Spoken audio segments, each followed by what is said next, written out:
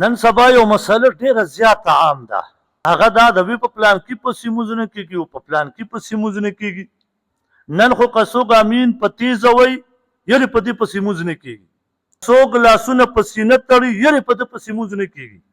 والله چې څوک امین په تیزه وی ام سنت عمل دی، څوک لاسونه په سینه تړي ام سنت عمل دی، که په نوم یې تړي ام سنت عمل دی، که څوک امین په پټه وایي والله دام سنت دی.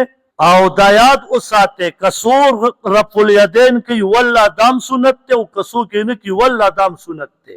څوک به کیني ما سره 22 مدارسو فتوا ده چې په اشاعت والا پسې مونځ نه کېږي.